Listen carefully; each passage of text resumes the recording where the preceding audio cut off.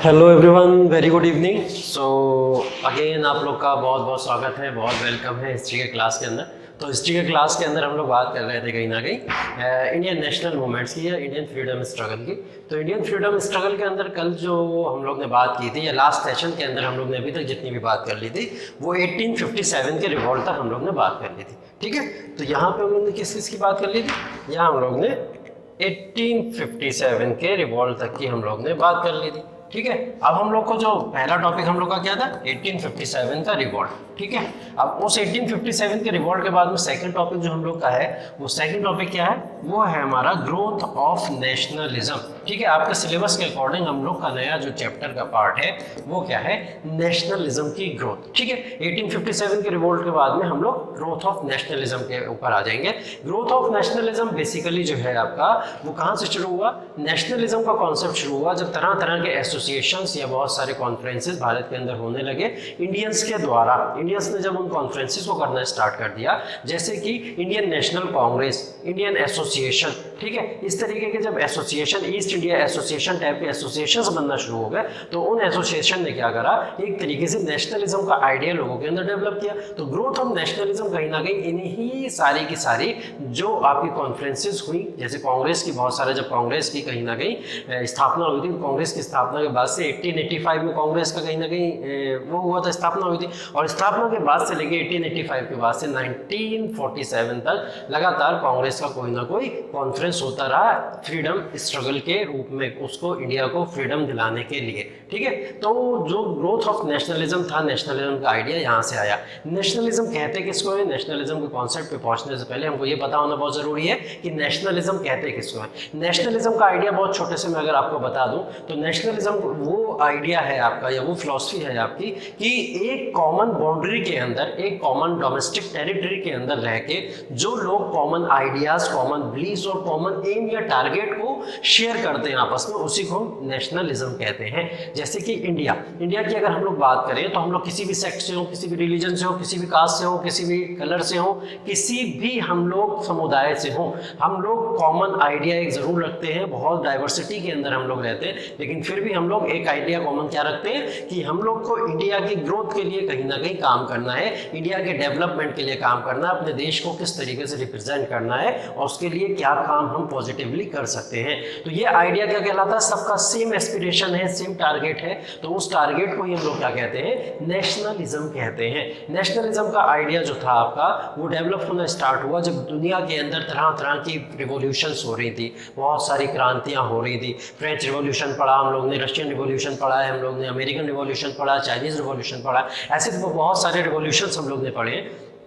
तो इन रिवॉल्यूशंस के अंदर क्या हो रहा था लगातार? इन रिवॉल्यूशंस के अंदर अगर हम लोग ने देखा तो लोगों के अंदर वो नेशनलिज्म का आइडिया कहीं ना कहीं डेवलप हो रहा था। वहीं से ये आइडिया हमारे इंडिया के अंदर भी कहीं ना कहीं आया। तो इंडिया के अंदर ये आइडिया जब आया तो मैंने आपको बताया कि कहीं ना कहीं उस टाइप के एसोसिएशंस या कांग्रेस के, जैसे कांग्रेस की स्थापना हुई थी तो ऐसे एसोसिएशंस बनते चले जा रहे थे, जिससे नेशनलिज्म का आइडिया और ज़्यादा स्ट्रॉन्ग लोगों के अंदर होता चला गया। ठीक है, तो ये नेशनलिज्म का आइडिया, ग्रोथ ऑफ नेशनलिज्म के अंदर हम लोग पढ़ेंगे। इसके बाद जैसे ही नेशनलिज्म हम लोग का खत्म हो जाएगा, ग्रोथ ऑफ नेशनलिज्म, तो उसके बाद हम लोग के पास में क्या है सॉरी उसके बाद में हम लोग के पास में जो आता है बच्चों, वो हम लोग के पास में आता है कि फर्स्ट फेज जो होगा, first phase Indian national movement का, वो फर्स्ट फेज हम इंडियन नेशनल मूवमेंट का पूरा इसके अंदर कवर करेंगे। उसके बाद में हम लोग second phase of Indian national movement, उसके बाद हम second phase of Indian national movement देखेंगे। और फिर इसके बाद में एक टॉपिक आपका आ जाएगा कि मुस्लिम लीग, इंडिया के अंदर एक कांग्रेस के अलावा मुस्लिम लीग भी बनी, तो मुस्लिम लीग का क्या रोल रहा, पॉजिटिव रहा, नेगेटिव रहा, किस तरीके का रोल मुस्लिम लीग ने प्ले करा। और ये वही मुस्लिम लीग है जिसकी वजह से इंडिया का डिवीजन हुआ, इंडिया दो पार्ट में डिवाइड हुआ, इंडिया और पाकिस्तान। ठीक है, तो पाकिस्तान का समर्थन करने वाली मुस्लिम लीग कैसे डेवलप हुई? मुस्लिम लीग जो कहीं ना कहीं एक रिप्रेजेंटेशन मुस्लिम समुदाय को दिलाने के लिए डेवलप हुई थी, और किस तरीके से पार्टीशन में वो कन्वर्ट हो गया, तो इसकी हिस्ट्री भी हम लोग को यहाँ जानना जरूरी है। ठीक है, तो शुरू करते हैं क्वेश्चन के अकॉर्डिंग। तो हम लोग एक एक करके जब इसका क्वेश्चन करते चलेंगे तो हम लोग को ये सब चीज़ें समझ आ जाएंगी। देखिए 1857 से रिवॉल्ट से रिलेटेड जितने भी क्वेश्चन थे वो सारे के सारे हम लोग ने कर लिए थे। मेरे हिसाब से आप लोग ने ये सारे के सारे क्वेश्चन रिवाइज कर लिए होंगे और रिवीजन के बाद में आप लोग इसको एक बार ज़रूर ध्यान से 1857 के रिवॉल्ट को देख लेंगे। और 1857 के रिवॉल्ट के अलावा जितने भी क्वेश्चन इससे मोस्ट प्रोबेबल हो सकते थे वो मोस्ट प्रोबेबल क्वेश्चन हम लोग ने यहाँ तक अपने लगा लिए थे। ठीक है, हम लोग लगभग यहाँ पे कितने 30 क्वेश्चंस को लगा चुके थे। 30 क्वेश्चंस के बाद में हम लोग के आगे के जो भी क्वेश्चंस हैं हम लोग यहाँ पे इससे रिलेटेड लगाने वाले हैं। ठीक है, कौन से क्वेश्चंस लगाने वाले हैं हम लोग लगाने वाले हैं questions growth of nationalism, Indian national movement के फर्स्ट फेज को, इंडियन नेशनल मूवमेंट के सेकेंड फेज को। ठीक है, एक बार देख लीजिए ये क्वेश्चन जो आपके सामने आ रहे हैं, कहीं ना कहीं आपका रिवीजन भी करा दे रहे हैं तो स्क्रीन के ऊपर जो शेयर हो रहा है तो जल्दी जल्दी से इसको भी हम लोग एक बार देखते चलते हैं कौन कौन से क्वेश्चन थे हमारे सामने 1857 के रिवॉल्ट से रिलेटेड। 1857 के रिवॉल्ट से रिलेटेड जितना भी कवर कर सकते थे हम लोग, हमने उसको मोस्ट प्रोबेबल सभी सारे पोर्शन उसके कवर कर लिए थे। इससे ज़्यादा क्वेश्चन आपके एग्ज़ाम के पॉइंट ऑफ व्यू से पॉसिबली नहीं बनेंगे। ठीक है, तो अभी हम लोग ने यहाँ पे 30 क्वेश्चंस को अटेम्प्ट कर लिया था और 30 क्वेश्चन यहाँ पे आपके कंप्लीट। और अब हम लोग कहाँ आएंगे, नेक्स्ट क्वेश्चन जो हमारा 31 क्वेश्चन था। ठीक है, फाइनली आप ठीक है, तो 31 क्वेश्चन हमारा क्या था, 31 क्वेश्चन हमसे कह रहा है who organized the grand Delhi Darbar. Grand Delhi Darbar 1877 के अंदर, जिसके अंदर क्वीन विक्टोरिया को एम्प्रेस ऑफ इंडिया, इंडिया की महारानी नियुक्त किया गया था या इंडिया की महारानी इलेक्ट किया गया था, वो कब हुआ 1877 का। जो आपका हु ऑर्गेनाइज मतलब पूछ रहा है किसने ऑर्गेनाइज किया था। हु ऑर्गेनाइज तो मतलब जो उस समय में भाई वाइसरॉय रहा होगा। ठीक है, वाइसरॉय बन गया था 1858 के बाद में, मैंने बताया था आपको। तो 1858 के बाद में जो भी वाइसरॉय रहा होगा भाई उसने क्या करा होगा, दिल्ली दरबार को ऑर्गेनाइज किया होगा। ठीक है, चलो तो दिल्ली दरबार से रिलेटेड हम लोग एक बात कर लेते हैं। 3 दिल्ली दरबार हुए टोटल भारत के अंदर। ठीक है, 3 दिल्ली दरबार के अंदर पहला दिल्ली दरबार ये दिख रहा है आपको 1877 के अंदर हुआ, दूसरा 1903 में हुआ, तीसरा 1911 में हुआ। ये 3 दिल्ली दरबार हुए। तीनों दिल्ली दरबार के अंदर क्या करा गया है कि अगला प्रिंस या क्वीन कौन होगा इसको इलेक्ट किया गया है। ठीक है, जैसे पहले वाले के अंदर क्वीन विक्टोरिया को क्वीन डिक्लेयर कर दिया गया, दूसरे वाले के अंदर एडवर्ड 7th एक किंग थे आपके, क्या नाम है उनका भाई, एडवर्ड 7th एक किंग थे। इनको अगला किंग भारत का नियुक्त किया गया था या इलेक्ट किया गया। 1911 के अंदर जॉर्ज पंचम, क्या नाम है भाई इनका, जॉर्ज पंचम, जॉर्ज पंचम को नया किंग भारत का इलेक्ट किया गया था। ये चीज़ें मैंने दिल्ली दरबार के तीनों आपको एक साथ बता दी क्योंकि दिल्ली दरबार से रिलेटेड आपका क्वेश्चन यहाँ पे था। चलिए आगे देखते हैं। ठीक है, तो ग्रैंड दिल्ली दरबार किसने किसके समय में हुआ। ऑप्शन आपके सामने ये है, ऑप्शन देख लीजिए, lord Ripon, lord Lithgow, lord Lytton, lord Curzon. ठीक है, इससे हमको ये पता होना चाहिए कि 1877 के अंदर कौन आपका वाइसरॉय था। तो लॉर्ड लिटन इस समय में वाइसरॉय था आपका, कौन था, लॉर्ड लिटन आपका इस समय में वाइसरॉय था जिसने ये दिल्ली दरबार आपका कंडक्ट कराया था। लॉर्ड लिटन का टाइम आप लोग याद रखिएगा, लॉर्ड लिटन का टाइम था आपका 1876 से लेके 1880। ठीक है, ये समय था लॉर्ड लिटन का। और लॉर्ड लिटन के बाद में अगला वाइसरॉय नियुक्त होकर कौन आ जाता है, लॉर्ड कर्जन आ जाता है। और ये 1880 से लेके 1884 तक नेक्स्ट वाइसरॉय इंडिया का इलेक्ट हो जाता है। ठीक है, चलिए ये पता लग गया हमको। नेक्स्ट क्वेश्चन देखेंगे यहाँ पे हम लोग, the second session of Congress was held in 1886 under the presidentship of. मैंने आपको बताया बहुत सारे कांग्रेस के सेशन हुए। कांग्रेस का जब फॉर्मेशन हुआ तो जब कांग्रेस का क्वेश्चन आया तो कांग्रेस के फॉर्मेशन से रिलेटेड हम लोग कुछ बातें कर लेते हैं कि कांग्रेस का फॉर्मेशन हुआ 1885 के अंदर। कब हुआ कांग्रेस का फॉर्मेशन भाई, 1885 के अंदर इंडियन नेशनल कांग्रेस एक संस्था बनी। इंडियन नेशनल कांग्रेस को बनाने के लिए क्रेडिट जो जाता है, एक पर्सन थे A.O. ह्यूम, ये ब्रिटिश ऑफिशियल था। इस ब्रिटिश ऑफिशियल को कहीं ना कहीं पास्ट में ये IAS ऑफिसर रह चुका था। इसकी दिमाग की उपज थी कहीं ना कहीं A.O. ह्यूम की कि भारत के अंदर एक इंडियन नेशनल कांग्रेस दे और वो इंडियन नेशनल कांग्रेस के अंदर जो रिप्रेजेंटेशन करेगा वो इंडियंस होंगे। ठीक है, अभी तक ब्रिटिशर्स का रिप्रेजेंटेशन रहता था, कोई भी सोसाइटी या ऑर्गेनाइजेशन बनता था। तो अब क्या करेंगे कि 1885 में कांग्रेस बनाई गई और कांग्रेस का रिप्रेजेंटेशन कौन करेगा भाई, वो इंडियंस करेंगे। ये बोला A.O. ह्यूम ने। ठीक है, A.O. ह्यूम को जब ये कांग्रेस आइडिया आया 1885 के अंदर, तो कांग्रेस का फॉर्मेशन हुई 1885 के अंदर। 1885 के अंदर जब पहला सेशन हुआ कांग्रेस का, तो फर्स्ट सेशन इसका कहाँ होता है भाई, ये चीज़ हमको बहुत अच्छे से याद रखनी है कि पहला सेशन है, पहला सेशन होता है बॉम्बे के अंदर, ठीक है। और बॉम्बे के अंदर पहला सेशन होता है, इसको जो प्रेसिडेंट इसके थे उनका नाम था WC बनर्जी। क्या नाम था भाई, WC बनर्जी। पहला कांग्रेस का सेशन क्या नाम है, WC बनर्जी पहले प्रेसिडेंट इसके रहते हैं, ठीक है। सेकंड पूछ रहा है कि सेकंड प्रेसिडेंट इसके कौन से, टॉप 3 प्रेसिडेंट हमको याद रखने, फर्स्ट सेशन के, सेकंड सेशन के, थर्ड सेशन के।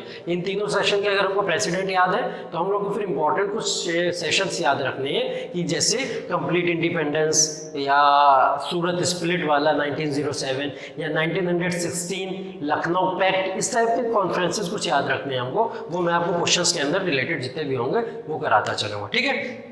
क्वेश्चंस जो आपके सामने आ रहे हैं इससे रिलेटेड क्वेश्चन तो बनेगा ही बनेगा आपके एग्जाम पॉइंट ऑफ व्यू में, लेकिन जितना हम लोग डिस्कशन करते चल रहे हैं, इस डिस्कशन को आप लोग बहुत ध्यान से सुनिएगा, बहुत ही किफ़ायत से सुनिएगा और उसको नोट करते चलिएगा, क्योंकि ये आपके एग्जाम पॉइंट ऑफ व्यू से ये डिस्कशन भी बहुत इंपॉर्टेंट होने वाला है। अगर इस डिस्कशन को आपने पर्टिकुलरली पूरी तरीके से अपनी कॉपी में उतार लिया, उतारने का मतलब कॉपी में अपने दिमाग में उतार लिया, इस चीज़ों को बहुत ध्यान से समझ लिया, तो आप समझ लीजिए कि आप 100% क्वेश्चन अटेम्प्ट करने के काबिल एग्जाम में हो जाओगे। चलिए ठीक, तो कांग्रेस के 1886 का जो सेशन हुआ था, वो 1886 का सेशन पहली तो बात है कि कहाँ हुआ, ठीक है। 1886 का सेशन ये सेकंड सेशन है, और ये सेकंड सेशन पहला वाला बॉम्बे में हुआ है, ठीक है। दूसरा वाला कहाँ हुआ है, कैलकाटा के अंदर हुआ। दूसरा सेशन कहाँ हुआ है, कैलकाटा के अंदर हुआ है। और इसको प्रेसिडाइट करने वाले जो दूसरे प्रेसिडेंट थे इसके, उनका नाम क्या है भाई, दादा भाई नौरोजी। कौन है, दादा भाई नौरोजी। दादा भाई नौरोजी इसके प्रेसिडेंट थे। चलिए यहीं पे आपको मैं तीसरा भी बताता चलता हूँ। तीसरा 1887 के अंदर इसका थर्ड सेशन हुआ कांग्रेस का, और थर्ड सेशन जो कांग्रेस का हुआ वो हुआ है मद्रास में। कहाँ हुआ है भाई, मद्रास के अंदर, ठीक है। मद्रास के अंदर तीसरा सेशन हुआ इसका। और तीसरा सेशन के जो प्रेसिडेंट थे, वो प्रेसिडेंट का नाम आप लोग याद रखेंगे। पहली बात तो फर्स्ट मुस्लिम प्रेसिडेंट थे ये, क्या नाम है, फर्स्ट मुस्लिम प्रेसिडेंट थे, ये चीज़ हमको याद रखनी है। इनका नाम है बदरुद्दीन तैयब जी। बदरुद्दीन तैयब जी, क्या नाम है भाई, बदरुद्दीन तैयब जी। फिर से बोल रहा हूँ, क्या नाम है, बदरुद्दीन तैयब जी। तीसरा सेशन जो कांग्रेस का हुआ, उसके प्रेसिडेंट एक मुस्लिम प्रेसिडेंट बना, और वो मुस्लिम प्रेसिडेंट कौन बना, बदरुद्दीन तैयब जी। सेशन कहाँ हुआ है, मद्रास के अंदर, तीसरा सेशन है, ठीक है। एक सेशन और याद रख लो, 1888 का, ये सेशन भी आप लोग याद रख लो, ये फोर्थ सेशन था कांग्रेस का। और इस सेशन को प्रेसिडेंट पहली बार किसी यूरोपियन ने किया था, ठीक है, किसी यूरोपियन ने किया था, इंडियन ने नहीं किया था। तो उसके अंदर आपको नाम याद रखना है जॉर्ज डब्ल्यू यूले। क्या नाम है भाई, George W Yule. George W Yule जो थे, इसके फोर्थ कांग्रेस के प्रेसिडेंट थे, ठीक है। ये इंफॉर्मेशन हमको इससे रिलेटेड याद रखनी है, ये कहीं ना कहीं आपके एग्जाम पॉइंट ऑफ व्यू से इंपॉर्टेंट है, ठीक है। अच्छा हाँ, ये हुआ कहाँ होता है, ये वाला फोर्थ सेशन आपका इलाहाबाद के अंदर हुआ है। कहाँ हुआ है भाई, इलाहाबाद के अंदर फोर्थ सेशन हुआ। पहला हुआ है बॉम्बे, दूसरा कैलकाटा, तीसरा मद्रास, और चौथा इलाहाबाद के अंदर, ये आपका फोर्थ सेशन। चलिए अगला पढ़ते हैं क्वेश्चन। क्या क्वेश्चन आपसे पूछा जा रहा है, क्वेश्चन पूछा, in which year did the Congress experience a split because of the differences in opinion between the early nationalist and the assertive nationalist. ठीक है, ये एक अर्ली नेशनलिस्ट वाला कॉन्सेप्ट और एक एजर्टिव नेशनलिस्ट वाला कॉन्सेप्ट, दो कॉन्सेप्ट हमारे सामने निकल के आ रहे हैं। अभी हमको ये समझ लेते हैं पहले कि अर्ली नेशनलिस्ट और ये एजर्टिव नेशनलिस्ट क्या थे। अर्ली नेशनलिस्ट की जब बात आ रही है तो बच्चों इसका मतलब ये है कि ये मॉडरेट फेज के लोग थे। मॉडरेट फेज के लोग अर्ली कांग्रेस के समय में, जब कांग्रेस बनी तो कांग्रेस बनने के बाद में 1885 से लेके 1905 तक ये वाला जो सेशन कहलाता है कांग्रेस का, ये अर्ली कांग्रेस सेशन कहलाता है। इस समय के लीडर मॉडरेट लीडर हुआ करते थे। वो बिलीव किया करते थे कि ब्रिटिशर से हम अपनी डिमांड अगर फुलफिल करानी है तो हम उनसे प्रेयर कर सकते हैं, पिटीशन कर सकते हैं, एप्लीकेशंस दे सकते हैं। हम उनके खिलाफ रिवोल्ट नहीं करेंगे, विद्रोह नहीं करेंगे। हम प्रेयर, पिटीशन और एप्लीकेशन के बेसिस से भी उनसे अपनी ज़रूरत की चीज़ें अपनी ले सकते हैं, लॉ बनवा सकते हैं, अपने यहाँ कुछ भी चीज़ें ऐसी अडॉप्ट करा सकते हैं उनसे, ठीक है। लेकिन जो 1905 के बाद का जो फेज आया कांग्रेस का, वो कहलाए आपके एक्सट्रीमिस्ट लीडर्स। ठीक है। एक्सट्रीमिस्ट लीडर्स कहलाए या इनको असर्टिव नेशनलिस्ट कहा गया। क्यों? क्योंकि इस समय बंगाल का डिवीजन हो गया था 1905 के अंदर। क्या हो गया भाई?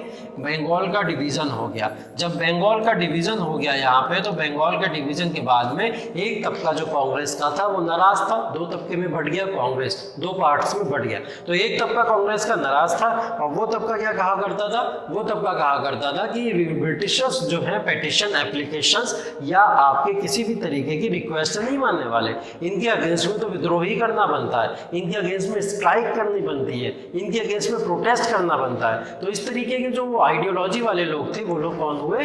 वो एक्सट्रीमिस्ट फेस के लोग हुए। ठीक है। मॉडरेट लीडर्स के नाम आप लोग कुछ याद रखिएगा। जैसे मॉडरेट लीडर्स की बात करेंगे जब हम, तो दादा भाई नौरोजी का नाम आएगा, ठीक, गोपाल कृष्ण गोखले का नाम आएगा, ठीक है, WC बनर्जी का नाम याद आएगा, आपको रखना है, WC बनर्जी का नाम आएगा, या बदरुद्दीन तैयब जी जो थे जिनकी बात हम लोग ने करी थी, ये लीडर्स थे मॉडरेट टाइप के। एक्सट्रीमिस्ट लीडर को हम लोग याद रखते हैं 3 नाम से, एक को कहते हैं लाल, एक को कहते हैं बाल, एक को कहते हैं पाल। ठीक है। लाल बाल पाल क्या है अभी है? तो लाल का मतलब है भाई लाला लाजपत राय, लाल का मतलब लाला लाजपत राय, बाल का मतलब बाल गंगाधर तिलक, बाल गंगाधर तिलक, और पाल का मतलब अरविंद, पाल का मतलब अरविंदो पाल। ठीक है। अरविंदो पाल की बात हो रही है। ठीक। तो ये 3 लीडर थे आपके। तो इन तीनों लीडर्स ने मिलकर क्या करा? अरविंदो पाल नहीं, सॉरी, विपिन चंद्र पाल जो थे वो इसके थे। अरविंदो घोष थे चौथे लीडर इसके, अगर आप लोग को याद रखना है तो वो अरविंदो घोष थे। सॉरी, वो थोड़ा अरविंदो में और पाल के अंदर क्या हुआ, ये चीज़ आपको याद रखनी है। ये पाल जो है ये कौन है आपके? विपिन चंद्र पाल की बात हो रही है। विपिन चंद्र पाल जो थे आपके पाल लीडर थे, और अरविंदो घोष जो है आपके 4th एक्सट्रीमिस्ट लीडर थे। ठीक है। तो ये नाम आप लोग को बहुत अच्छे से याद रखने कि कौन मॉडरेट लीडर है, कौन एक्सट्रीमिस्ट लीडर है। अब क्या हुआ कि 1905 में जब बंगाल का डिवीजन हुआ, ब्रिटिशर्स ने क्या करा? बंगाल एक बहुत बड़ा रीजन था, उसको डिवाइड कर दिया, आपस में 2 पार्ट में उसको काट दिया। ठीक है। जैसे काट के डिवाइड करा तो उसके बाद में प्रोटेस्ट होना इंडिया के अंदर चालू हो गया कि इंडियंस को डिवाइड कर दिया इन्होंने, रिलीजन के नाम पे, रीजन के नाम पे, एरियाज के नाम पे। तो इसके अगेंस्ट में प्रोटेस्ट होना शुरू हो गया। जब इसके अगेंस्ट में प्रोटेस्ट होना शुरू हो गया तो क्या हुआ? बंगाल का डिवीजन हुआ था। तो ये जो मॉडरेट लीडर थे भाई, इन्होंने कहा कि बंगाल का जब डिवीजन हुआ है तो मूवमेंट चलाओ ब्रिटिशर्स के अगेंस्ट में, लेकिन कहाँ चलाओ? सिर्फ बंगाल के अंदर चलाओ, बंगाल से बाहर ये मूवमेंट नहीं जाना चाहिए, क्योंकि बंगाल के बाहर इसका कुछ लेना देना नहीं है। बंगाल का डिवीजन हुआ, लेकिन जो एजर्टिव नेशनलिस्ट थे या एक्सट्रीमिस्ट नेशनलिस्ट थे वो इसको पैन इंडिया मूवमेंट बनाना चाहते थे। पैन इंडिया मूवमेंट का मतलब क्या है बच्चों? ऑल इंडिया मूवमेंट की बात हो रही है। ऑल इंडिया मूवमेंट इसको बनाना चाहते थे वो लोग, और ऑल इंडिया मूवमेंट बना के वो पूरे भारत का सपोर्ट लेना चाहते थे, जिससे कहीं ना कहीं ये मूवमेंट क्या हो, जो बंगाल का विभाजन हुआ है, बंगाल का डिवीजन हुआ है, वो किसी तरीके से भी रद्द हो जाए, ये कहीं ना कहीं चाह रहे थे। ठीक। तो ये बंगाल का डिवीजन भी बता दिया मैंने आपको यहाँ पे एक, और दूसरा कांग्रेस का पूरी फॉर्मेशन भी बता दी है। तो सूरत स्प्लिट हो गई इसी सारे कॉन्सेप्ट को लेते हुए। 1907 के अंदर कांग्रेस 2 टुकड़ों में बट गया, एक मॉडरेट फेज में, एक एक्सट्रीमिस्ट फेज में। एक क्या हुआ आपका अर्ली नेशनलिस्ट में, और एक एजर्टिव नेशनलिस्ट में डिवाइड हो गया कांग्रेस। ठीक है। अब ये पूछ रहा है कि कहाँ पे डिवीजन हुआ, तो पहला तो डिवीजन आपको ये याद रखना कि ये जो डिवीजन हुआ, सूरत में कांग्रेस का सेशन हो रहा था। कहाँ हो रहा था? सूरत, गुजरात में पड़ता है वही सूरत। तो सूरत में कांग्रेस का सेशन कब हो रहा था? 1907 के अंदर, 1907 के अंदर ये सेशन हो रहा था। उसी सेशन के अंदर कांग्रेस में स्प्लिट हो जाता है। ये सेशन हमसे ये कह रहा था, बहुत डिटेल में मैंने आपको यहाँ बता दिया। चलिए नेक्स्ट क्वेश्चन देखते हैं। When was the Lucknow session of the Congress famous for the reunification of early nationalist and assertive nationalist had? ठीक है। अभी क्या हुआ? मैंने आपको बताया कि कांग्रेस का क्या हुआ है, यहाँ पे डिवीजन हो गया, आपस में डिवाइड हो गई कांग्रेस। 2 पार्टी, एक ही पार्टी 2 पार्टी में डिवाइड हो गई, एक अर्ली नेशनलिस्ट बन गए, एक एजर्टिव नेशनलिस्ट बन गए। अब क्या हुआ? वापस से इन पार्टी ने क्या करा? आपस में फिर गठबंधन कर लिया। दोनों जो एजर्टिव और अर्ली नेशनलिस्ट थे, सेम आइडियोलॉजी। अभी नेशनलिज्म का कॉन्सेप्ट हमने पढ़ा भाई, हमारी आइडियोलॉजी तो सेम ही है, हमारा एम तो सेम ही है, टारगेट तो सेम ही है। क्या टारगेट है हमारा? हमको इंडिया को फ्रीडम दिलाना, इंडिपेंडेंस दिलाना। तो जब दोनों सेम मोटिव के ऊपर काम कर रहे हैं तो क्यों ना दोनों एक साथ आ जाए। तो इन्होंने वापस प्लानिंग की एक साथ आने के लिए, और इस प्लानिंग में साथ इनका दिया एनी बेसेंट। एनी बेसेंट नाम आप लोग सुनोगे या आप लोगों ने सुना है, एनी बेसेंट और मोहम्मद अली जिन्ना। मोहम्मद अली जिन्ना और एनी बेसेंट इन दोनों ने सपोर्ट किया कि दोनों कांग्रेस के लीडर्स की तरफ से बात की, वार्तालाप कराई दोनों की, और दोनों ने आपस में क्या करा, एक एग्रीमेंट करा के दोनों को मर्ज करा दिया गया। अब असर्टिव और अर्ली नेशनलिस्ट आपस में मर्ज होके इंडियन फ्रीडम के लिए काम करने लगे। तो ये सेशन कब हुआ, इस क्वेश्चन के अंदर ये पूछ रहा है। तो ये सेशन आपका 1916 में हुआ था, और 1916 में ये लखनऊ सेशन के नाम से या लखनऊ पैक्ट के नाम से भी जाना जाता है। ठीक, क्लियर है? चलिए नेक्स्ट क्वेश्चन पे आते हैं। How many delegates attended the first session of the Indian National Congress? Indian National Congress को टोटल कितने डेलीगेट्स थे? 72 डेलीगेट्स थे, जिन्होंने कहीं ना कहीं पहला कांग्रेस का जो सेशन था, कहाँ हुआ था, जो बॉम्बे में हुआ था, वो बॉम्बे के WC बनर्जी जिसके प्रेसिडेंट थे, उसमें 72 लोग आए थे, 72 डेलीगेट्स थे जिन्होंने कांग्रेस की स्थापना में पार्टिसिपेट किया था। चलिए next question. Who founded the east India association? East India association Congress से पहले का एसोसिएशन है, नेशनलिज्म का पार्ट है ये भी कहीं ना कहीं। तो ईस्ट इंडिया एसोसिएशन को किसने डेवलप किया था? तो देख लो बेटा, इसका आंसर होगा आपका दादा भाई नौरोजी 1866 के अंदर ईस्ट इंडिया एसोसिएशन का फॉर्मेशन करते हैं। ठीक है, नेक्स्ट क्वेश्चन पे आ जाते हैं। Who founded the Indian association? ये इंडियन होगा। इंडियन एसोसिएशन 1876 में, 10 साल बाद क्या हुआ, 1866 के बाद एक इंडियन एसोसिएशन बना। ईस्ट इंडिया एसोसिएशन के बाद में इंडियन एसोसिएशन बना। अब दूसरा इंडियन एसोसिएशन किसने बनाया? तो आपको नाम याद रखना है, सुरेंद्रनाथ बनर्जी।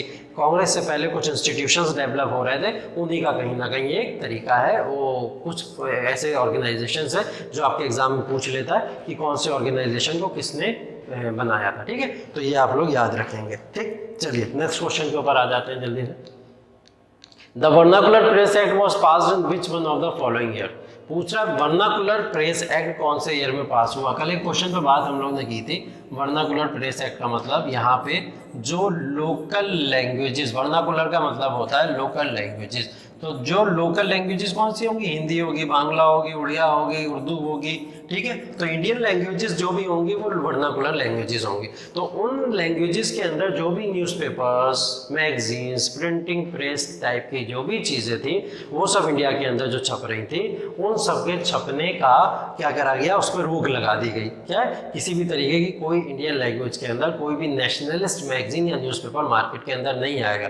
तो ये एक्ट कब पास हुआ, ये पूछ रहा है। ये एक्ट पास हुआ है आपका 1878 के अंदर। कौन इस टाइम पे वाइसराय रहा होगा? कौन वाइसराय रहा था? लॉर्ड लिटन इस समय में वाइसराय रहा था। अभी पीछे बात की थी ना हम लोग ने, 1876 से लेके 1880 तक लॉर्ड लिटन यहाँ पे वाइसराय था। तो लॉर्ड लिटन इस समय में वाइसराय था। ठीक है, तो वर्नाकुलर प्रेस एक्ट किसने पास किया था, ये भी पूछ लेता आपसे कभी कभी। तो लॉर्ड लिटन ने वर्नाकुलर प्रेस एक्ट को आपके पास किया था। ठीक है, चलिए नेक्स्ट क्वेश्चन पे जल्दी से आ जाते हैं। Ilbert bill was related to? Ilbert bill किससे रिलेटेड था? इल्बर्ट बिल 1883 के अंदर इल्बर्ट बिल आया। अब 1883 के अंदर जब इल्बर्ट बिल आ रहा है, तो इल्बर्ट बिल से रिलेटेड आपको ये चीज़ याद रखनी है कि कौन सा वाइसराय था जब इल्बर्ट बिल आया। तो इल्बर्ट बिल जो आया तो उस समय में कौन था, मैंने ये भी पीछे बताया अभी, लॉर्ड रिपन। लॉर्ड रिपन कब से कब तक रहा है? 1880 से लेके 1884 तक। तो 1880 से लेके 1884 तक लॉर्ड रिपन ने यहाँ पे रूल किया था एज अ वाइसराय। ठीक है, तो इस समय में इल्बर्ट बिल आया। इल्बर्ट बिल एक कॉन्स्पिरेसी थी। कैसी कॉन्स्पिरेसी थी? इल्बर्ट बिल के अंदर क्या बोला गया कि जितने भी भारत के अंदर ब्रिटिशर्स रह रहे हैं या फिर यूरोपियंस रह रहे हैं, अगर वो किसी तरीके के कोई क्राइम को करते हैं तो उस क्राइम को करने के लिए एक इंडियन जज अपॉइंट कर दिया जाएगा जो उनको पनिशमेंट दे सकता है। तो इंडियन जज अपॉइंट करा जाएगा ब्रिटिशर्स के ऊपर। ये बात जो नागरिक ब्रिटिशर्स रह रहे थे भारत के अंदर, जो ब्रिटिशर्स रह रहे थे भारत के अंदर, तो वो ब्रिटिशर्स ने क्या करा, नागरिक नहीं कह सकते हैं उनको, वो कहीं ना कहीं आपके भारत के फॉरेनर्स थे, भारत के अंदर आके रह रहे थे। ब्रिटिशर्स जो भारत में बसे हुए थे, तो उनके खिलाफ में अगर कोई इंडियन जज फैसला देगा तो उन्हें पता था हमारे अगेंस्ट में फैसला देगा कुछ ना कुछ। तो उन्होंने बोला कि इसको हटाओ, कोई भी इंडियन जज हमको नहीं रहना चाहिए, हमको अपॉइंट मतलब हमको डिसीजन नहीं देना चाहिए, वरना वो हमारे अगेंस्ट में ही डिसीजन देगा। तो ये कॉन्स्पिरेसी खड़ी हो गई। तो इल्बर्ट बिल कॉन्स्पिरेसी किससे रिलेटेड है? अगर हम लोग देखें एग्जाम पे, तो इल्बर्ट बिल कॉन्स्पिरेसी हमारी किससे रिलेटेड है? इल्बर्ट बिल हमारी कॉन्स्पिरेसी आपकी जुडिशरी के सिस्टम से रिलेटेड है। ठीक है, तो जुडिशरी जो है उससे रिलेटेड है, क्योंकि यहाँ पे जज वाली बात हो रही है। अब इल्बर्ट बिल में जब ब्रिटिशर्स से रिलेटेड बात हो रही थी, तो ब्रिटिशर्स से रिलेटेड क्या करा गया यहाँ विल्बर्ट बिल में कि अगर आपको ये दिक्कत है तो हम क्या करेंगे, इंडियन जज की असिस्टेंस के लिए क्या करेंगे, एक यूरोपियन या ब्रिटिशर भी रख देंगे, ब्रिटिशर जज भी होगा, उसको लीड क्या करेगा। तो इससे लेके इंडियंस को प्रॉब्लम हो गई, तो ये कॉन्स्पिरेसी में कहीं ना कहीं फंसा रहा है। पूछा गया आपसे किससे रिलेटेड है, तो किससे रिलेटेड है भाई, ये रिलेटेड है आपका जुडिशरी से। ठीक, चलिए नेक्स्ट क्वेश्चन पे आते हैं। Which of the following works related to Raja Ram Mohan Roy. Raja Ram Mohan Roy one of the socialist reformer. कौन है भाई, ये सोशलिस्ट रिफॉर्मर थे आपके 18th सेंचुरी के, 18वीं शताब्दी या 18th सेंचुरी के अंदर इनको क्या सोशियो रिलीजियस रिफॉर्मर बोला जाता है, और फादर ऑफ मॉडर्न इंडिया भी बोला जाता है। Father of India Mahatma Gandhi को, और फादर ऑफ मॉडर्न इंडिया किसको बोला जाता है, राजा राम मोहन राय को। तो राजा राम मोहन राय ने बहुत ऐसे सोशल वर्क करे जिससे इंडियन सोसाइटी के अंदर जितनी भी सोशल एविल्स थी, भारत के अंदर जितनी भी सोशल एविल्स थी, सामाजिक बुराइयां थी, उन बुराइयों को खत्म करने के लिए इन्होंने क्या करे, इस टाइप की चीजों को कहीं ना कहीं किया। तो इसमें पूछा जा रहा है इस क्वेश्चन के अंदर कि राजा राम मोहन राय ने इन सारे वर्क्स में से कौन कौन से वर्क्स किए थे, कौन से काम ऐसे जो राजा राम मोहन राय ने किए थे। तो पहला बोल रहा है गिफ्ट टू मोनोथिस्ट, ये क्या राजा राम मोहन राय का वर्क है। तो राजा राम मोहन राय की एक वर्क था, कंपोजिशन है तूफतुल मुवाहिदीन। क्या नाम है भाई, तूफतुल मुवाहिदीन। तूफतुल मुवाहिदीन राजा राम मोहन राय की कंपोजिशन थी, और इस तूफतुल मुवाहिदीन का जो मीनिंग होता है ये पारसी में लिखी थी इन्होंने। किस में लिखी थी, पारसी लैंग्वेज में लिखी थी। इसका मीनिंग ही क्या होता है, गिफ्ट टू मोनोथिस्ट। मोनोथिस्ट का मतलब यहाँ पे वन गॉड की फिलॉसफी है, तो राजा राम मोहन राय वन गॉड की फिलॉसफी को ही मानते थे, उसी को प्रमोट करने की कोशिश किया करते थे। ठीक है, तो ये वर्क हाँ राजा राम मोहन राय से रिलेटेड एकदम है। ठीक, तो हम देख लेंगे वन किस में आ रहा है भाई, वन इसमें तो आ नहीं रहा, इसे हटा दो। वन इसमें भी नहीं आ रहा है, इसे हटा दो। क्या क्या बचेगा आपको, या तो 1 2 3 होने चाहिए, या तो ऑल ऑफ द अबव होना चाहिए। दूसरा देखते हैं आत्मीय सभा। आत्मीय सभा 1814 के अंदर एक ऑर्गेनाइजेशन बना, उस ऑर्गेनाइजेशन के अंदर राजा राम मोहन राय ने वन गॉड की फिलॉसफी को प्रमोट करने की कोशिश करी, वो आत्मीय सभा। तो आत्मीय सभा भी राजा राम मोहन राय की दी हुई है। ब्रह्मो सभा, ब्रह्मो सभा भी राजा राम मोहन राय ने 1828 के अंदर इसको भी बनाया। तो 1828 के अंदर जो वर्क है वो भी किसका है भाई, ब्रह्मो सभा राजा राम मोहन राय का। तीनों ऑप्शन हो गए। चौथा देख लेते हैं सती प्रथा। सती प्रथा 1829 के अंदर राजा राम मोहन राय के ही सजेशन से या इनकी कोशिशों से ही इससे को सती प्रथा को खत्म किया गया था। तो राजा राम मोहन राय का सती प्रथा में भी रोल है। तो ये तो 1 2 3 था, बस इसको भी हटा दो। अब क्या बचा, सिर्फ ऑल ऑफ दी अबव। तो संवाद कौमुदी पहला बंगाली न्यूज़पेपर जिसको बोला जाता है, ये क्वेश्चन भी आपसे पूछ सकता है कभी कभी कि संवाद कौमुदी क्या है, पहला इंडियन लोकल लैंग्वेज का न्यूज़पेपर है। इंडियन लैंग्वेज के अंदर अगर कोई पहला न्यूज़पेपर छपा था तो वो संवाद कौमुदी था। ठीक है, मराठों अखबार ये फिर से एक पारसी के अंदर इनकी कंपोजिशन थी जिसको उन्होंने लिखा था। सारे जितने भी वर्क हैं वो सब राजा राम मोहन राय से रिलेटेड है। चलिए, who was the founder of the सत्य शोधक समाज। सत्य शोधक समाज बेसिकली जो था वो दलित रिफॉर्म से रिलेटेड था। ठीक है, दलित रिफॉर्म से रिलेटेड था।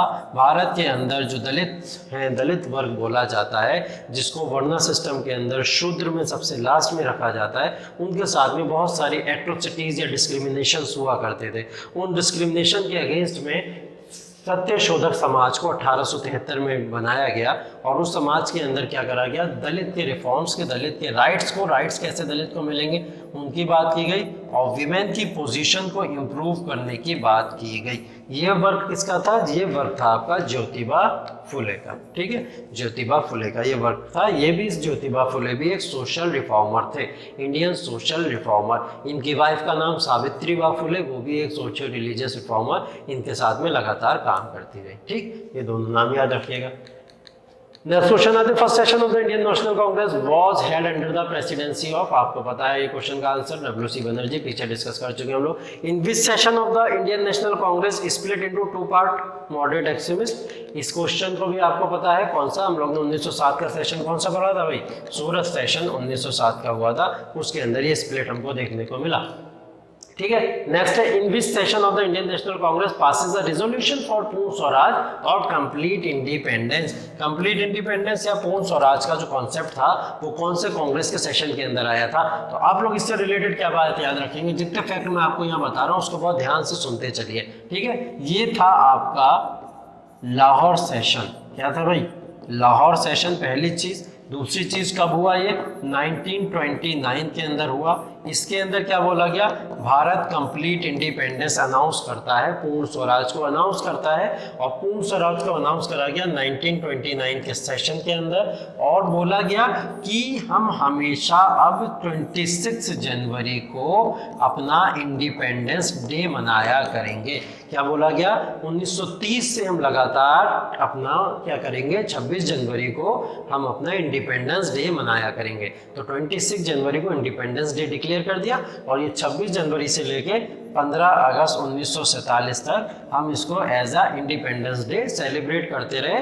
बाद में आपने देखा होगा कि 26 जनवरी को हम लोग अब क्या बनाते हैं? रिपब्लिक डे बनाते हैं। तो रिपब्लिक डे मनाने के पीछे रीज़न क्या है? रिपब्लिक डे 26 जनवरी को भी ही मनाने के पीछे यही रीज़न था कि इस टाइम हमने अपनी फर्स्ट इंडिपेंडेंस को डिक्लेयर किया था, ठीक है, इसलिए हम इसको मनाते हैं। ठीक, तो आपको क्या पता लग गया? लाहौर सेशन 1929 का, 1929 कंप्लीट इंडिपेंडेंस का जिक्र इसके अंदर किया गया है। चलिए नेक्स्ट क्वेश्चन देख लेते हैं। आंसर इसका लाहौर सेशन। नेक्स्ट क्वेश्चन आपके सामने, in which session of the Indian National Congress the national anthem Jana Gana मन वाज संग फॉर द फर्स्ट टाइम। कौन सा ऐसा सेशन है, कौन प्रेसिडेंट था उस समय में जब जन गण मन को पहली बार अडॉप्ट किया गया? तो आपको क्या याद रखना है कि जब जनगण मन को पहली बार में अडॉप्ट किया गया तो ये समय था कांग्रेस सेशन आपका 1911 के अंदर कांग्रेस का सेशन हुआ था एक, और उस सेशन के अंदर जनगण मन को नेशनल एंथम को अडॉप्ट किया गया, पहली बार गाया गया। इसको नेशनल एंथम तो हमने आज़ादी के बाद में बनाया है, लेकिन उस समय में ये पहली बार गाया गया था। और गाया गया था किसकी प्रेसिडेंटशिप में? ये पंडित भीषण नारायण दास, इनकी प्रेसिडेंटशिप में ये गाया गया था। ये कांग्रेस का सेशन आपको एक याद रखना। चलिए नेक्स्ट क्वेश्चन पे आ जाते हैं। स्वदेशी movement started in India during. Bharat के अंदर स्वदेशी मूवमेंट क्यों स्टार्ट हुआ? ये स्वदेशी मूवमेंट है क्या? ये स्वदेशी मूवमेंट का मतलब है इंडियन मैन्युफैक्चरिंग गुड्स को यूज करना और जितनी भी फॉरेन गुड्स हैं उनको बॉयकॉट करना। जैसे आज कुछ समय पहले अगर हमने देखा करंट में कि हमने कुछ चाइनीज गुड्स को बॉयकॉट करना शुरू कर दिया, हमने कहा हम तो इंडियन गुड्स जो हैं उनको कहीं ना कहीं प्रीफर करेंगे, इंडियन गुड्स को ही हम लोग देखेंगे। तो ये चीज़ हमारी हुई कहीं ना कहीं से रिलेटेड। तो इंडियन गुड्स को हमने क्या करा? प्रमोट करा स्वदेशी मूवमेंट के अंदर, और फॉरेन गुड्स जितनी भी ब्रिटिशर्स गुड्स हैं उनको हमने यहाँ पे खत्म करने की कोशिश करी। ठीक है, तो ये आपका कहीं ना कहीं इसके अंदर रहा। तो इसमें हुआ क्या? इसमें हुआ ये था कि जैसे ही बंगाल विभाजन हुआ, बंगाल का डिवीजन हुआ, बंगाल के डिवीजन के बाद में 1905 में क्या अनाउंस कर दिया गया कि हम ब्रिटिशर्स को पूरी तरीके से अपोज करेंगे और स्वदेशी मूवमेंट चलेगा उनके अगेंस्ट में। इस स्वदेशी मूवमेंट को मेजरली जो लीडर चलाने वाले थे वो एक्सट्रीमिस्ट लीडर थे। एक्सट्रीमिस्ट लीडर लाल बाल पाल, लाला लाजपत राय, बाल गंगाधर तिलक, विपिन चंद्र पाल, अरविंदो घोष, ऐसे लीडर्स ने स्वदेशी मूवमेंट को कहीं ना कहीं अडॉप्ट किया और इसको चलाने की कोशिश की। ठीक है, तो ये स्वदेशी मूवमेंट से रिलेटेड आपका ये था। तो ये किसके अगेंस्ट में हुआ था? ये एंटी बंगाल पार्टीशन एगिटेशन के अगेंस्ट में हुआ। चलिए नेक्स्ट क्वेश्चन अब हम लोग देख लेते हैं। नेक्स्ट क्वेश्चन आपका क्या आ रहा है? विच one of the following was not the outcome of the Jallianwala Bagh massacre. Jallianwala Bagh massacre है क्या भाई? पहले तो ये देख लेते हैं। 1919 के अंदर क्या हुआ? एक एक्ट आया था। ठीक है, कहानी बताता जा रहा हूँ, यहीं पे आप लोग समझ जाएंगे। एक एक्ट आया, रॉलेट एक्ट। ठीक है, रॉलेट एक्ट को बोला जाता है नो वकील, नो दलील, नो अपील। ठीक है, ये एक्ट आया भारत के अंदर, इसको बोला गया नो वकील, नो दलील, नो अपील। मतलब क्या हुआ? आप किसी भी इंडियन को कभी भी जब मन चाहे अरेस्ट कर सकते हो। अरेस्ट करने के बाद ना तो वो कोई वकील कर पाएगा, ना ही अपनी कोई दलील पेश कर सकता है, कोई प्रूफ पेश कर सकता है कि मैं बेकसूर हूँ, ना ही उसकी कोई अपील सुनी जाएगी। जब ये लोग चाहेंगे तभी उसको छोड़ेंगे, अदरवाइज नहीं छोड़ेंगे। तो ये पूरी तरीके से एक तरीके से भारत के एक्सप्लॉयटेशन के लिए, इंडियंस के एक्सप्लॉयटेशन के लिए लॉ लॉ बनाया गया, इसलिए इसका प्रोटेस्ट पूरे भारत के अंदर होना शुरू हो गया। जब इसका प्रोटेस्ट होते होते पंजाब के अंदर पहुंचा, पंजाब एक जगह, ठीक, तो पंजाब के अंदर जब इसका प्रोटेस्ट होना पहुंचा तो पंजाब के अंदर इस प्रोटेस्ट को जो था 2 लोगों ने संभाला भाई। कौन कौन? सत्यपाल मलिक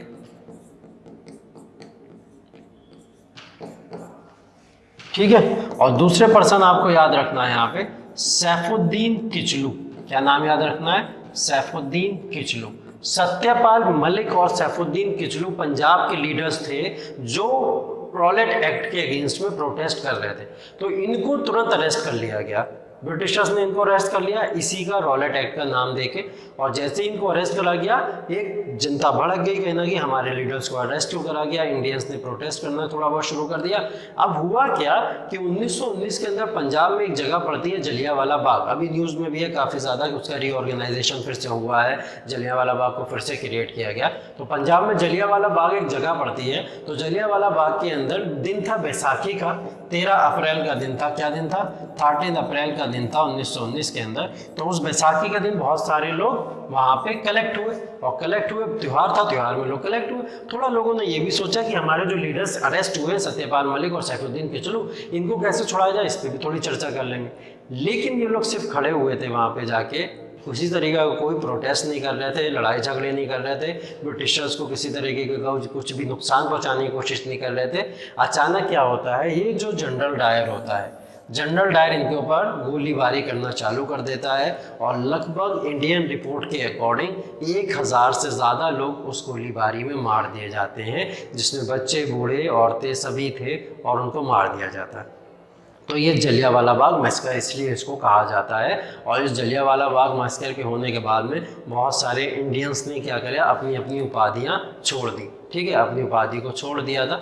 जैसे नाइटहुड की उपाधि को छोड़ दिया गया, ठीक है। नाइटहुड के अलावा अगर आप बात करोगे तो नाइटहुड की उपाधि के अलावा नाइटहुड की उपाधि रविंद्रनाथ टैगोर ने नाइटहुड की उपाधि को त्याग दिया। मोहम्मद अली जिन्ना ने लेजिस्लेचर से इस्तीफा दे दिया, ठीक है। तो इस तरीके से कई सारे लोगों ने अपनी उपाधि को त्याग दिया। तो जैसे ही ये हुआ, इसके बाद में कई सारे रीज़न देखने को मिले।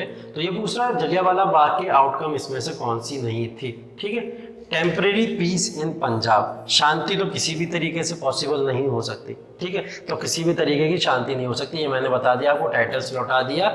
गांधी जी का एटीट्यूड पूरी तरीके से ब्रिटिशर्स के अगेंस्ट में अब हो गया। अब गांधी जी ने भी कहना शुरू कर दिया, अब हमको ब्रिटिशर्स से पूरी तरीके से आज़ादी चाहिए। वरना गांधी जी एक बीच का रास्ता निकालने की शुरू में कोशिश किया करते थे। 1915 से लेकर 19 तक गांधी जी ने कहीं ना कहीं बीच का रास्ता निकालने की कोशिश करी, लेकिन उसके बाद में क्या हुआ, गांधी जी ने भी इनके अगेंस्ट में एकदम से पूरी तरीके से मूवमेंट को स्टार्ट कर दिया।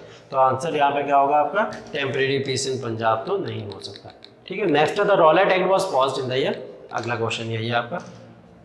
1917 नहीं होगा, ये गलत लग गया आपका। आंसर क्या होगा, 1919। रॉलेट एक्ट आपका 1919 के अंदर पास हुआ, ठीक है। खिलाफत मूवमेंट सब्सिडाइज बिकॉज ऑफ, खिलाफत मूवमेंट क्यों हुआ था, खिलाफत मूवमेंट होने के पीछे रीजन क्या था, ये क्वेश्चन आपसे पूछ रहा है। The understanding reach between the Congress and the Muslim league. खिलाफत मूवमेंट क्या था, खिलाफत मूवमेंट भारत के अंदर इंडियंस ने जो शुरू किया था, वो शुरू किया था कि इंडिया वर्ल्ड वॉर के अंदर इन्वॉल्व था। कैसे, ब्रिटिशर्स ने उसको ज़बरदस्ती इन्वॉल्व करके रखा था। तो जो ब्रिटिशर्स थे उन्होंने इनको इन्वॉल्व करके रखा था। तो ब्रिटिशर्स ने क्या करा यहाँ पे कि एक ट्रीटी साइन करी। ट्रीटी किसके साथ में साइन की, टर्की के साथ में ट्रीटी साइन की, टर्की एंड जर्मनी के साथ में, ठीक है। टर्की और जर्मनी के साथ में ट्रीटी ऑफ वर्साइल साइन की गई। इस समय में वर्ल्ड वॉर 1 जब कंप्लीट होगा तब आप पढ़ोगे। तो इस ट्रीटी ऑफ वर्साइल के अंदर क्या करा गया, वहाँ की खिलाफत को ख़त्म कर दिया गया। खिलाफत मतलब एक खलीफा होता है, एक पैगंबर के फॉलोअर होते हैं जो कहीं ना कहीं इस्लामिक वैल्यूज़ को या इस्लामिक कल्चर को लीड करते हैं। हर किसी का एक धर्म का गुरु होता है, तो वैसे खलीफा धर्म के गुरु हुआ करते थे। तो ये जो खलीफा थे ये धर्म के गुरु थे, इन्होंने क्या करा, इसको लीड करने की कोशिश करी, ठीक है। तो कोशिश करते थे, लीड करते चले आ रहे थे। तो लीड करते समय इस समय में खिलाफत को ख़त्म कर दिया गया। अब कोई भी इस्लामिक लीडर नहीं होगा, इस चीज़ को ख़त्म करा गया। जैसे इस चीज़ को ख़त्म कर गया, भारत के अंदर प्रोटेस्ट चालू हो गया, और इसका आंसर होगा एक्सेशन ऑफ कमाल पाशा। अगला वहाँ पे क्या कर दिया गया, नियुक्त, उसको कमाल पाशा को वहाँ पे नियुक्ति दे दी गई वहाँ पे, और खिलाफत को पूरी तरीके से ख़त्म कर दिया गया, ठीक है। तो इसका आंसर ये होगा। नेक्स्ट क्वेश्चन हम लोग देख लेते हैं। नेक्स्ट क्वेश्चन हमारे सामने क्या है? नेक्स्ट क्वेश्चन ये है, with reference to the Indian freedom struggle which one of the following is correct. Indian freedom struggle से रिलेटेड बताइए कौन सा करेक्ट है। पार्टीशन ऑफ बंगाल, बंगाल का पार्टीशन अभी हम लोग ने देखा कब हुआ है, 1905 के अंदर हुआ है। लखनऊ पैक्ट कब हुआ है, 1916 के अंदर हुआ है। सूरत स्प्लिट कांग्रेस की कब हुई है, 1907 में हुई है। तो भाई लगा लो कौन सा ऑप्शन इसमें से सही होगा, ए होगा, बी होगा, सी होगा, डी होगा।